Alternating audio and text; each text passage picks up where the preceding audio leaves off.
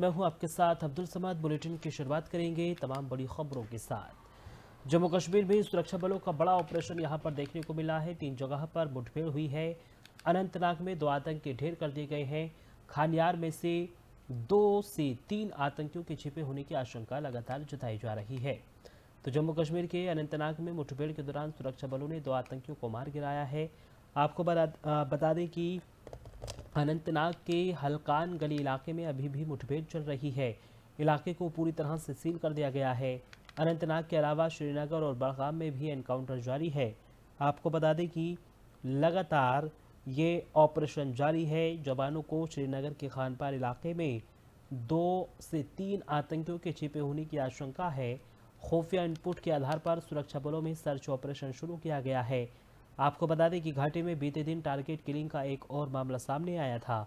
यहां पर जम्मू कश्मीर के बड़गाम जिले में शुक्रवार शाम आतंकवादियों ने उत्तर प्रदेश के 2 लोगों को गोली मार दी, जिसे लेकर अधिकारियों ने जानकारी देते हुए बताया था कि मध्य कश्मीर जिले के मागम के मजहमा इलाके में गोली लगने की सूफियान और उस्मान घायल हैं। उन्हें अस्पताल में भर्ती कराया गया है।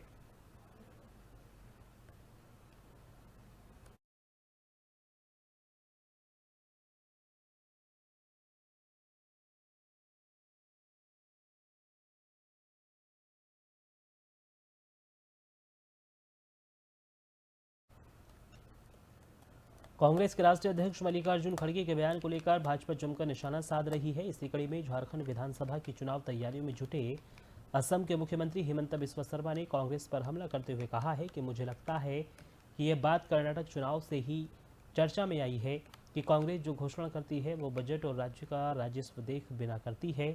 हिमाचल आज इससे गुजर रहा है। कर्नाटक में विकास पर रोक लग गई है। देर आए दुरुस्त आए। मैं खड़गे जी के बयान का स्वागत करता हूँ। हमें वही वादे करने चाहिए जो हम कर सकते हैं। जो हम कर नहीं सकते वो वादे हमें नहीं करने चाहिए।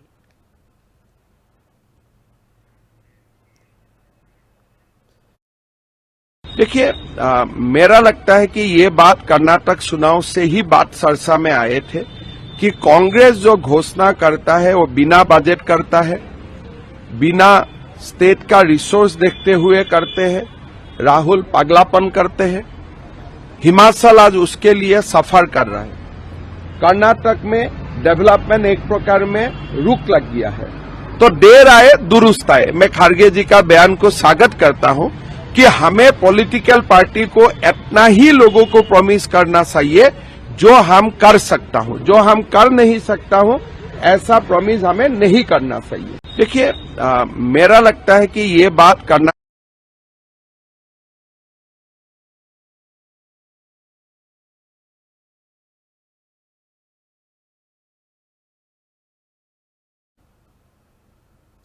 मल्लिकार्जुन खड़गे के बयान से कांग्रेस गिरती नजर आ रही है। इसी कड़ी में भाजपा नेता सुधांशु त्रिवेदी ने कहा है कि कांग्रेस पार्टी के अध्यक्ष के मुंह से जो निकला है वो दिखता है कि अगर सत्ता जनता के लिए संपत्ति और समृद्धि बनानी चाहिए तो उनके हाथ में आकर वो विपत्ति बन जाती है। हम पीएम मोदी के नेतृत्व में किस प्रकार से जन जन के कल्याण के लिए आगे बढ़ते हैं उसका मैं प्रमाण देना चाहता हूँ। पिछले 2 से 3 बजट से बहुमूल्य रत्न, आभूषण और विलासिता की वस्तुओं पर टैक्स और ड्यूटी बढ़ाई गई है और जरूरतमंद जनता को मुफ्त अनाज दिया जा रहा है। कांग्रेस पार्टी और विपक्षी दलों के दिमाग इतने खाली होते हैं कि सत्ता में आने पर खजाना खाली कर देते हैं।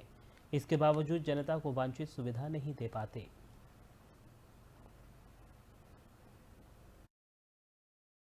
उस समय में कांग्रेस पार्टी के अध्यक्ष के मुंह से जो निकला है, उन्होंने दिखाया है कि अगर सत्ता जनता के लिए संपत्ति और समृद्धि बननी चाहिए तो उनके हाथ में आकर वो विपत्ति बन जाती है।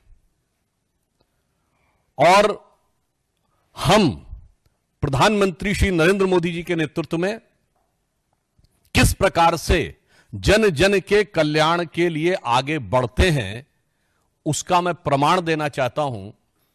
जस्ट आपने देखा होगा पिछले 2-3 बजट से जो precious James and jewellery and the luxury items के ऊपर ग्रेजुअली टैक्स एंड ड्यूटी बढ़ाई गई है और जरूरतमंद जनता को अनाज मुफ्त मुहैया कराया गया है।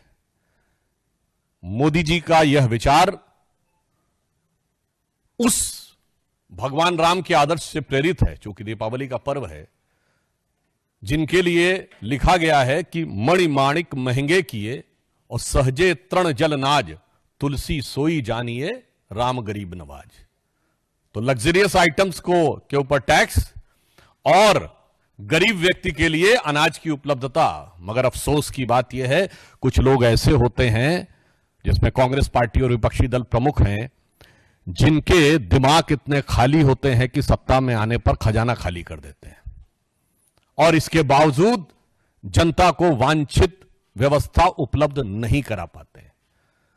मैं यह बात कहना चाहता हूं कि कांग्रेस अध्यक्ष श्री मल्लिकार्जुन खड़गे जी देश के बहुत वरिष्ठ नेता हैं, वयोवृद्ध कांग्रेसी नेता हैं, और उन्होंने निश्चित रूप से कांग्रेस का वो दौर भी देखा है जब कांग्रेस में कुछ एक समझदार नेता होते थे, जिन्होंने वित्तीय संकटों के बीच में भी देश को सही दिशा दी, जैसे पीवी नरसिम्हा राव और प्रणब मुखर्जी। तो हो सकता है आज के इस राहुल गांधी के एरा में, कभी कभी कहा जाता ना कि जिह्वा पर सरस्वती विराजमान हो जाती हैं, तो उनके मुंह से वह सत्य स्वतः निकल गया, या यूं कहें जो हकीकत थी वो जुबान पर। महाराष्ट्र विधानसभा चुनाव को लेकर आरोप और प्रत्यारोप का दौर जारी है। इसी कड़ी में उद्धव के शिवसेना नेता अरविंद सावंत द्वारा शिवसेना नेता शायना एनसी पर की गई टिप्पणी पर शिवसेना युवती नेता संजय राउत ने कहा है कि अरविंद सावंत हमारे वरिष्ठ नेता हैं। उन्होंने सिर्फ इतना कहा है कि मुंबा देवी से भाजपा उम्मीदवार शायना एनसी बाहर से आई हैं और वो एक एहतियात माल है। अगर वो एक एहतियात माल है तो ये महिला का अपमान कैसे है? आपने सोनिया गांधी और प्रियंका गांधी के बारे में क्या कहा? आपको एक बार इतिहास देखना चाहिए। बाहर का माल है तो बाहर का माल है। अगर कोई बाहर का व्यक्ति चुनाव लड़ता है तो लोग कहते हैं कि वो बाहर से आया है। इतना बड़ा मुद्दा बनाने की कोई ज़रूरत नहीं है।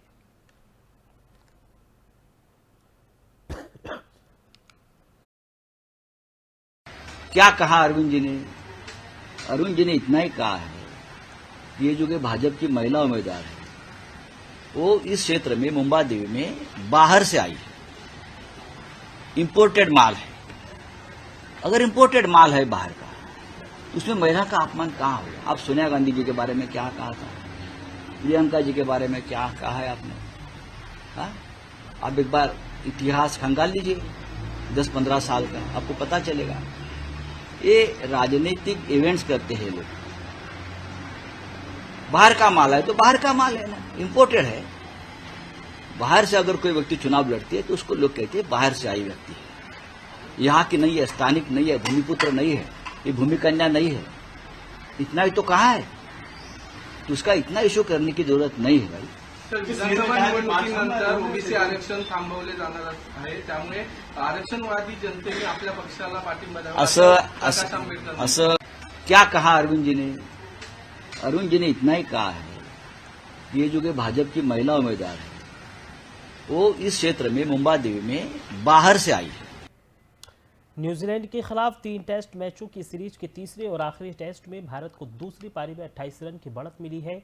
दूसरे दिन सलामी बल्लेबाज शुभमन गिल ने 90 और विकेट कीपर बल्लेबाज ऋषभ पंत ने 60 रन के बदौलत से भारत को मजबूत स्थिति में लाकर खड़ा कर दिया है। वहीं न्यूजीलैंड की ओर से एजाज पटेल ने सर्वाधिक यानी 5 विकेट झटके। आपको बता दें कि न्यूजीलैंड ने अपनी पहली पारी 235 रन बनाए थे। इसके जवाब में भारत ने अपनी पहली पारी में 263 रन बनाए। आपको बता दें कि टॉस जीतकर पहले बल्लेबाजी करने उतरी न्यूजीलैंड की पूरी टीम 235 रन पर धराशायी हो गई थी। कीवी टीम के लिए डेरेल मिचेल ने 75 तो विल यंग ने 71 रन की पारियां खेली थी। भारत की ओर से रविंद्र जडेजा ने 5 और वाशिंगटन सुंदर ने 4 विकेट चटकाए थे। इसके अलावा अन्य कोई गेंदबाज अपनी छाप नहीं छोड़ सका था। न्यूजीलैंड के बाद भारत को पहली पारी में अच्छी शुरुआत मिली, लेकिन भारत को 25 के स्कोर पर पहला झटका रोहित शर्मा 18 के रूप में मैट हेनरी ने दिया। इसके बाद यशस्वी और गिल ने पारी को संभाला ही था कि 78 के स्कोर पर यशस्वी 30 एजाज पटेल का शिकार हो गए। इसके बाद कुछ ओवर को देखते हुए मोहम्मद सिराज को नाइट वॉचमैन के रूप में उतारा, लेकिन वो पहली ही गेंद पर शून्य पर पटेल का शिकार हुए। फिर भारत को चौथा झटका विराट कोहली के रूप में लगा, जो 1 रन चुनने के चक्कर में रन आउट हो गए। इस तरह भारत ने पहले दिन इस स्टंप तक 4 विकेट के नुकसान पर 86 रन बनाए।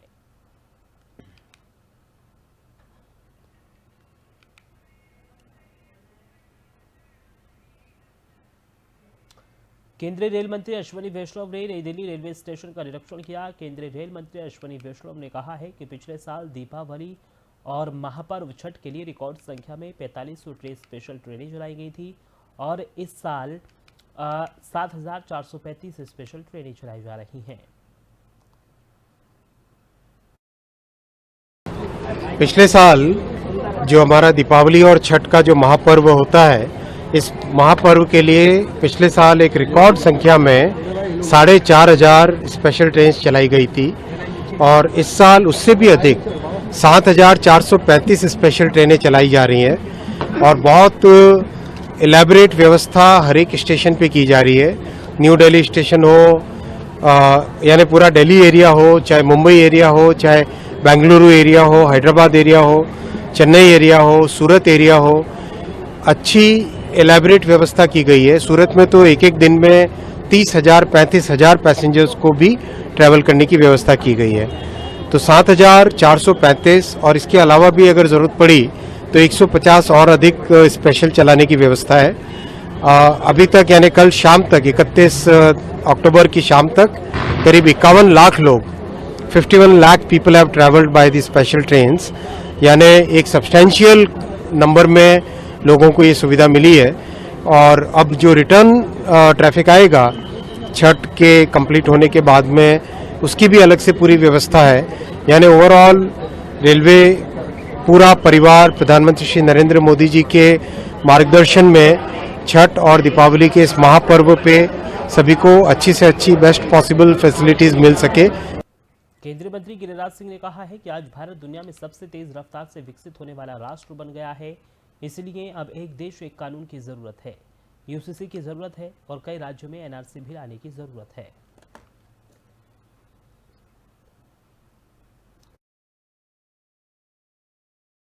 पता है कि देश में फॉरेन एक्सचेंज कितना बढ़ गया है?